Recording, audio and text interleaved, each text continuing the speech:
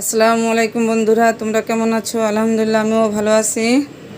এই দেখো পুঁই শাক, টবে লাগানো পুঁই শাক, কি ফ্রেশ, একেবারে তরতাজা।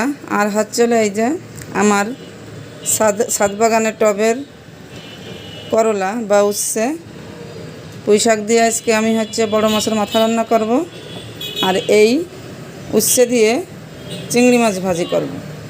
তো চলো আমি কিভাবে করি সেটাই তোমাদের মাঝে শেয়ার করার চেষ্টা করব।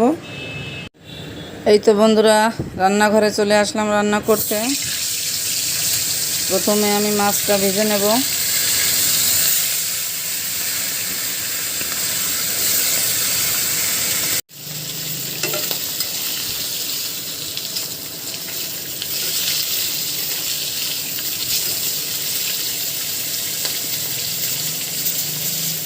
মাছটা ভেজে আমি তুলে রেখেছি। এখন আমি পেঁয়াজ দিয়ে দিলাম।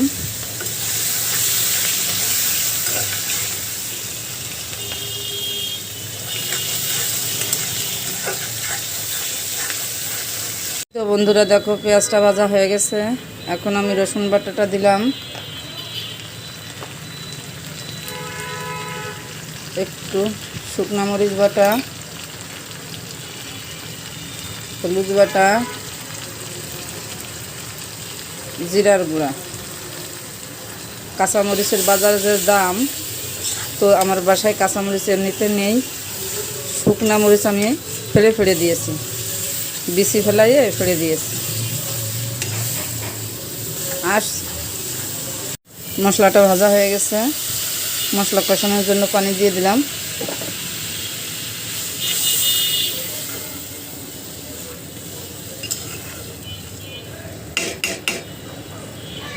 এই তো বন্ধুরা দেখো, আলু মশলাটা কষানো হয়ে গেছে। এখন আমি পুঁই শাকটা দিয়ে দেব।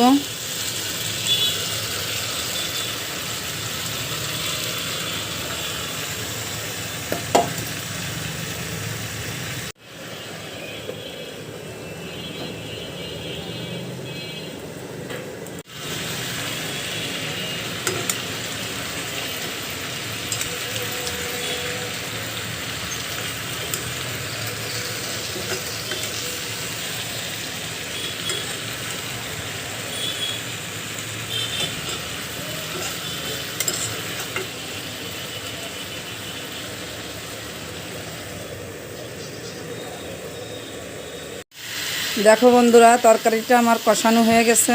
এর থেকে বেশি জ্বালালে, কষাইলে পুঁই শাকের